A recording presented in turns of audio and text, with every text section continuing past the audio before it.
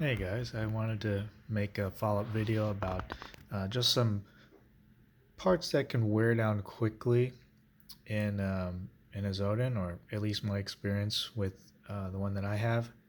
I did buy this used, but I did replace pretty much all the seals right after I got it. So after maybe only a couple thousand rounds, these are a few parts that wore down pretty quickly, a lot faster than I thought they would. So there's three things I wanted to cover. So the first one is this is the reg seat I was talking about in the first video. So this goes right here. It's located kind of around the bottom of the Rocksteady regulator. And this was the part that I was saying, let me see if I can get it in focus, that you don't want to crank down too far when you're first adjusting the regulator, because you can damage the seat. It can also get worn out just from use, but usually I don't think reg seats wear down that quickly. But especially if you crank it down past the point where your adjuster stops, so when it's turning up like that and you're screwing it in to decrease pressure or to first initially set the regulator, you're turning this in a lot. So if you turn it in too much, it can get damaged. But I kind of messed around just looking at the seat after I already took it out. But a lot of that is just from wear from shooting the gun, not even that much. So you want to keep an eye on that. When you first get the marker, if it's new, there's going to be a little, it's kind of like a C-clip, a pretty thick C-clip in here as, I guess, a safety to prevent your adjuster from coming out if it's loose. But it's a little tricky to take out. You might need a special plier for it, or you could try to use a pick or a Allen wrench, but you kind of risk damaging the threads. And of course, you don't want to damage the threads here, because every time you take the adjuster out, it has to come through the bottom. It can't come out the top. So be careful with that when you take out that C-clip. So that's the first thing. I would probably regularly keep an eye on that to make sure it's not damaged, because when it does get damaged, you're going to either have reg creep, where the pressure could go up too much from where you set it, because the piston inside the reg is able to move too much. And you can also get inconsistent velocity as well. So that's kind of how you can tell if it's worn out without looking at it. The second thing is my striker O-ring hasn't worn out early, but I've heard it can. And then you're gonna run into all sorts of problems if you have a damaged or broken striker O-ring. And Azodin says to use their Azodin grease on pretty much everything, which is really, I believe it's similar or the same as Dow 33. But from most customers, they say that oil works better.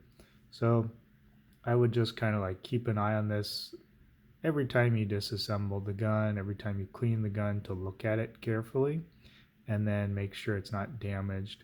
And if you are having problems with recocking or with weird sputtering issues, that's probably the first thing you would want to look at. And then the last thing, one last note on the striker. I've heard that you can have issues when you're reinstalling it into the back of the gun, because the striker has to slide back over the sear, and the sear's it's pretty sharp. So I imagine if you do it a lot, you could probably damage the O-ring, and that's just going to be damaged from reinstalling it. So if you wanted to be really, really careful, you could take off the grip frame and then just slide the striker back in place, and then put the grip frame back on. But in all the maintenance videos and in all the other videos I've seen from most people, they just put it in the back, put pressure on the striker with your finger, and then pull the trigger, and then it's going to slide over the sear. But I would just be careful with that and see what works for you. And then the last thing is this is another part that wore down pretty quickly, and it's the bumper for the striker. And so if you can take a quick look at that close up, the striker has already almost like worn a groove into this bumper after only a couple thousand rounds. So fortunately, replacements for these are very easy to find, and they're only like a little over $1. But you might want to, from A&S Gear or for wherever you can find it, order a couple of those to have. I haven't had an issue with it, but it wore out really quickly, so that's another part that I would keep an eye on very closely. I'm not sure what kind of problems you would run into if it did get worn out, but I imagine if it keeps getting worn down, it could probably break. But not a really big issue. But that was the third thing I wanted to cover. And then let's see, maybe I haven't had an issue with the trigger, but I think I did have like a slight loosening of the adjustment screws, and I have had that issue on other guns as well, where it seems like the screws are fine and they're not loose, but then just over time you'll notice that they're not in the same place that you set them at previously. So you can have like weird binding issues, your trigger could get stuck, and you didn't even adjust the trigger, but that's because they're moving on their own. So if you have blue Loctite, I would at least do these two lower ones in just a little bit of blue Loctite. It doesn't take much, just so that you have some tension on the screws.